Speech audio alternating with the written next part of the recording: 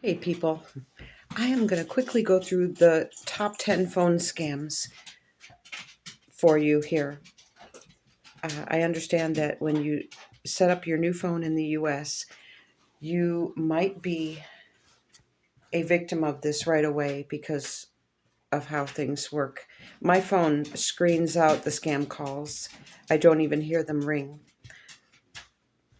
The top 10 phone scams in the US. Number 1, IRS or tax scams. Scammers pretend to be the IRS and claim you owe back taxes. They threaten arrest or legal action unless you pay immediately with gift cards, wire transfers, or crypto. The IRS does not call and ask for money. The IRS sends you things in the mail, and they never demand immediate payment. That's not how it works. Number 2, Social Security scams. The caller claims to be from the Social Security Administration and says your Social Security number has been suspended due to fraud or crime. That doesn't ever happen. Number 3, tech support scams. Someone claims to be from Microsoft, Apple, or the Geek Squad, saying your computer has a virus. I'm sure a lot of people have found out about these scams. They ask for remote access to your computer or payment to fix it. Number 4, grandparent or family emergency scam. The caller pretends to be a grandchild or family member in trouble, arrested, hospitalized, stranded. They urgently ask for money or bail or travel. Number 5, government impersonation scam. Scammer pretends to be from the FBI, the police department, the court, immigration. They claim to have a warrant or unpaid fine and demand payment. Then you hang up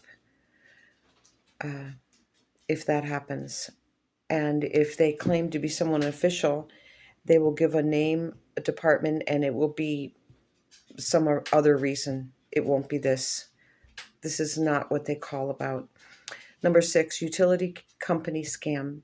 Caller says your electric or water will be shut off today unless you pay immediately.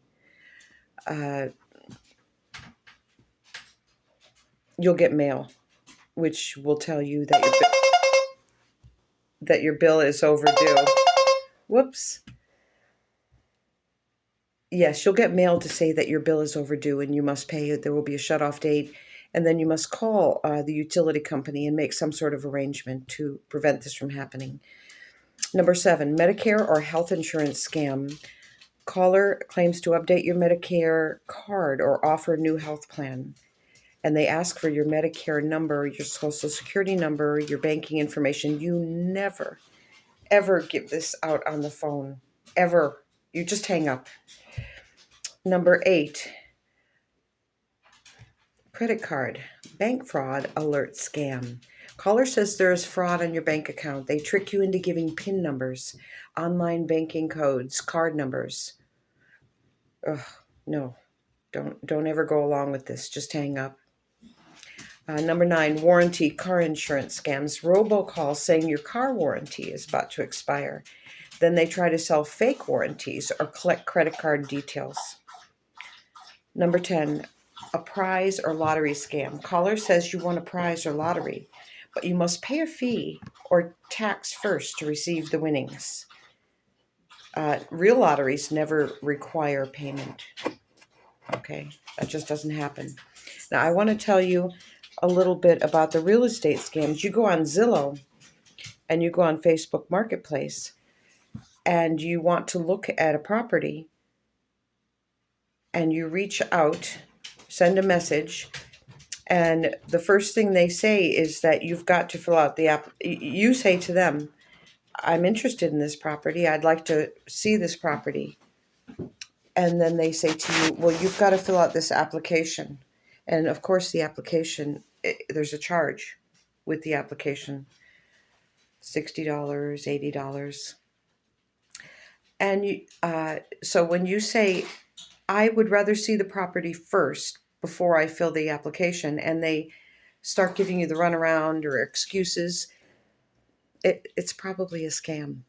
Don't ever give money for a property unless you have met the person, realtor or owner of the property, at the property, and you see their key going into the door and opening the door.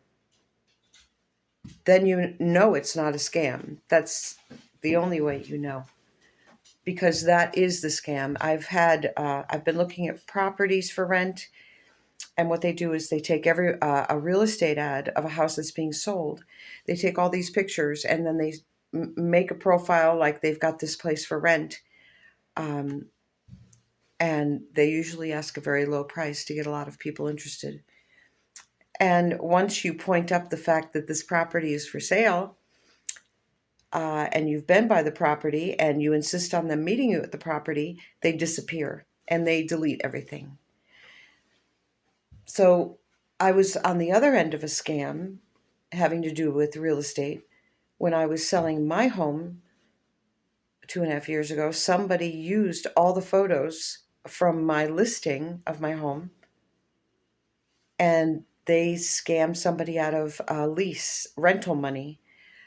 And a man showed up at my house and parked right in front on the road and came over and said some things to me like, "I have paid to rent this house."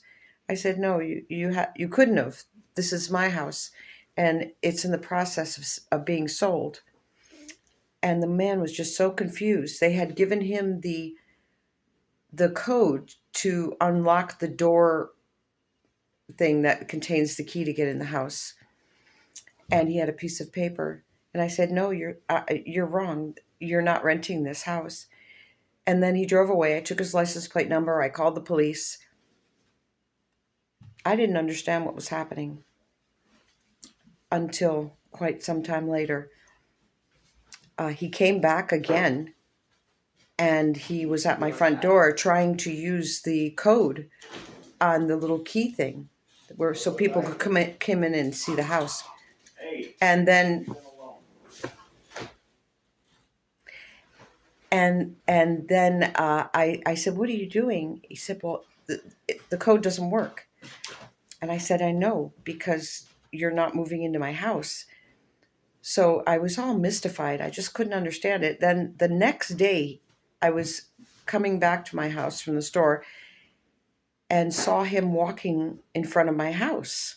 I'm like, "Oh my gosh, when is this going to end?"